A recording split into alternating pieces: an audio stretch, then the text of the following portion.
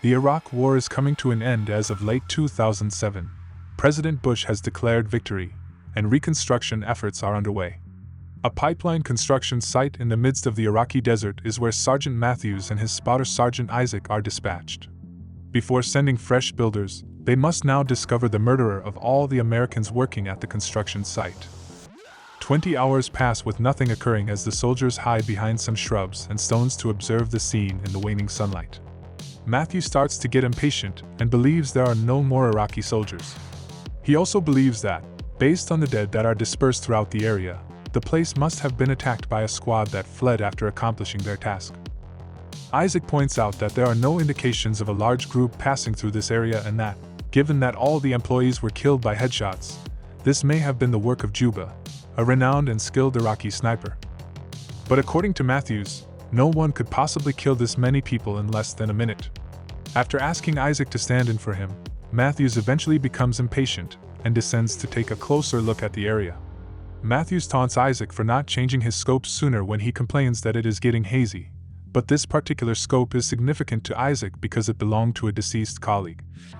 When Isaac verifies that everyone was killed by perfect headshots, Matthews starts to believe Isaac's theory and moves from corpse to body seeking for signs. While Isaac urges him to go, he walks to the center of the scene to assess the potential direction of the gunfire. Suddenly, a shot is heard, and Matthews collapses to the ground in excruciating abdominal pain. Isaac rushes down in a zigzag motion to dodge any oncoming bullets in his desperation to save his friend, but just as he is about to reach Matthews, he is hit in the leg. Matthews must stay behind while Isaac runs to shelter behind a crumbling wall. Matthews, who is hurt but still alive, makes contact with Isaac and instructs them to phone the base and request reinforcements.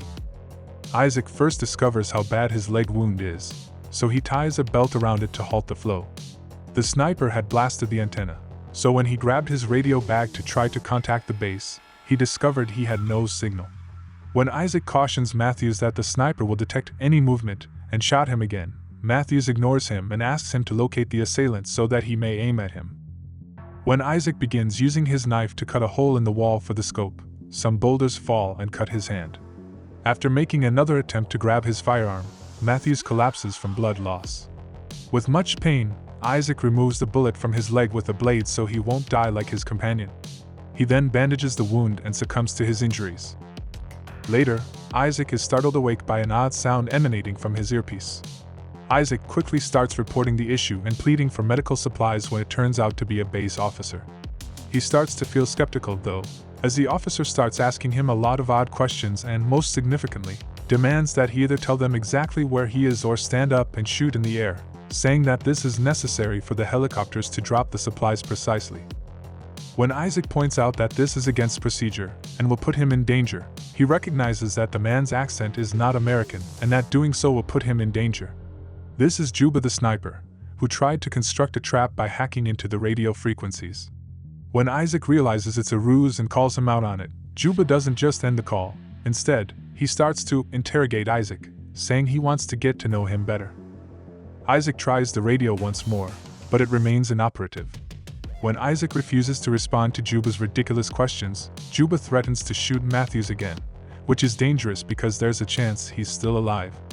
In order to calculate the bullet trajectory and determine the potential position of the sniper, Isaac agrees to talk for a bit and asks Juba to go first. He then starts outlining the place on the soil. Juba claims to be a typical Iraqi citizen who only wants to defend his nation. Juba requests information about Isaac's family, but Isaac objects that it is too private. Isaac then mocks Juba's justification, claiming that by bringing in schools, pipelines, and other facilities that will strengthen the local economy, he is essentially murdering the people who are attempting to improve the nation. Juba laughs at this and says that eventually the money generated here would be sent back to the USA. Juba keeps prodding Isaac with inquiries as time goes on, but Isaac refuses to provide any private information, prompting Juba to once more threaten to shoot Matthews. Isaac, though, is no longer convinced by him. Juba, citing Matthews' earlier taunt, tells Isaac the name of the former owner of the scope and that he is deceased to demonstrate his threat. This implies that since their arrival, Juba has been listening in on their chats. Isaac pulls one of the dead men's bodies to the edge of the wall after noticing through his scope that one of them had a radio with him. However, Not even with the aid of a piece of wood would he be able to reach it without coming into contact with the living. Next, Isaac tries to sip some water from his bottle but discovers that it is empty due to a hole that has been intentionally made in it, as Juba verifies. He also acknowledges that he did not miss any bullets, having deliberately shot Isaac's leg, antenna, and bottle to trap him and cause a lingering death that he will enjoy hearing over the communicator. When Isaac discovers the bullet he removed from his leg, he examines it more carefully and starts inferring the type of weapon Juba is using by asking some cunning questions. He also refers to Juba as a terrorist, which causes Juba to chuckle once again as he emphasizes that it is the Americans who are invading illegally and with weapons ready to kill people. Isaac performs further calculations and checks via his scope as Juba speaks in order to get to the realization that Juba is concealed behind a sizable heap of garbage. This man is undoubtedly a professional because he has worked in such demanding circumstances for a considerable amount of time, not to mention the intense heat. Juba, though, asserts once more that he is an ordinary Iraqi man and denies being the renowned sniper. Isaac assumes Juba is a former U.S. Army commander who betrayed them based on his accent, but Juba dismisses this as well and says he only kills individuals who attack him first. In exchange, Isaac tells the tale of how he first met his childhood best buddy and how the two of them eventually enrolled as adults. Isaac soon experiences the harsh effects of dehydration and weariness, and collapses to the ground as Juba threatens to staple his tongue to his chest. Next, Isaac tries to deceive Juba by covering his gun with a jacket and helmet and waving it above the wall, but Juba is not duped. Isaac can no longer shield his head because the helmet has fallen and is now on the opposite side of the wall. The sniping point is such a careless error that it makes him cry. As more time goes by, Isaac's desperation grows to the point that he tries to take a chance. He rushes towards a body on the ground, snatches his backpack and radio, and then retreats to the wall while dodging all the shots Juba fires at him right away. Isaac eagerly gulps down the water and candies he discovers in the bag, but this radio is also broken. Juba also penalizes him by firing towards the wall and severely damages his scoper as a result of his risk. Isaac detects the noise from his earpiece and understands it is Matthews, who is still alive at that moment. Matthews pulls out a piece of metal to use as a tool to use in order to look at the mound of trash as soon as Isaac screams the position of the sniper at him. Isaac keeps the sniper busy by engaging in small chat as Matthews goes incredibly slowly to get his gun, and he discovers that Juba was once a teacher in Baghdad. He determined to get revenge when one of his classmates was murdered during an American strike. The remains of that school are what Isaac is hiding behind. After Isaac refuses to respond, Juba threatens to shoot Matthews once more while still carrying the broken scope. Isaac admits, in a desperate attempt to rescue him, that he retains the scope in honor of his old buddy, who passed away as a result of a mistake Isaac committed, and he still feels bad about it.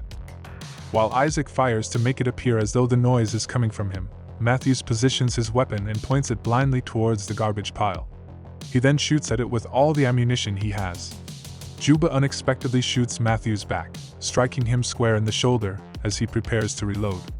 Isaac instructs Matthews to crawl toward him so they can both hide behind the wall, but when Isaac approaches the edge to assist, Juba accidentally shoots Matthews in the head. After having to see his demise, Isaac suddenly collapses and declares that he just wants to go home. Isaac is dubious when Juba says that if he truly wants to go, he won't shoot him. Later, Juba queries Isaac about his continued presence there despite the war's conclusion. After pausing for a while, Isaac responds, "I'm here because I killed my old friend." It turns out that when attempting to kill an enemy, he accidentally shot his prior sniper partner, and Isaac has been lying to everyone by claiming that his comrade was murdered by the bad guys. Isaac runs to check the signal when he hears some noise coming from the radio and is delighted to hear discussions taking place. His joy, however, is fleeting since although being able to hear voices, he is unable to transmit any messages due to the harm the radio sustained. Juba abruptly enters the discussion Isaac is hearing, and the guy calls out Isaac's name to plead for assistance. Finally, Isaac understands that Juba has been hacking American communications all along, posing as a soldier in need of assistance to draw backup squads to the region, murder them all quickly due to the element of surprise. Without success, Isaac tries to pause the dialogue. Later, Isaac awakens to the agonizing sensation of a crow picking at the incision on his thigh. Given that even the birds believe Matthews is already dead, Isaac decides to take a chance and use some rope and a stick to fetch Matthew's weapon before firing it towards the garbage heap. Helicopters show up in the region at the precise moment and expose Isaac's position without realizing this is a trap. Isaac knocks the wall down in an effort to protect the approaching soldiers, but in doing so, he creates a dust mist that makes it difficult for Juba to find Isaac. Without knowing if he has struck his objective or not, Isaac starts shooting at the rubbish heap. When Isaac eventually decides to get up from his position to find out, he is astonished to see Juba passing up the opportunity to retaliate. Because of this, Isaac thinks he has successfully murdered Juba. Isaac receives prompt medical assistance as soon as the helicopters arrive and quickly transport him away on a stretcher. Isaac attempts to inform them about Juba, but the noise from the helicopters lifting off prevents him from being heard. Juba suddenly begins firing at them, killing the medical personnel one by one before also injuring the pilot. Isaac is killed instantaneously as the chopper suddenly descends and falls to the ground, allowing Juba to remain true to his claim that Isaac had not actually been shot. Then Juba breaches American lines once more while posing as an American soldier to seduce his newest group of captives.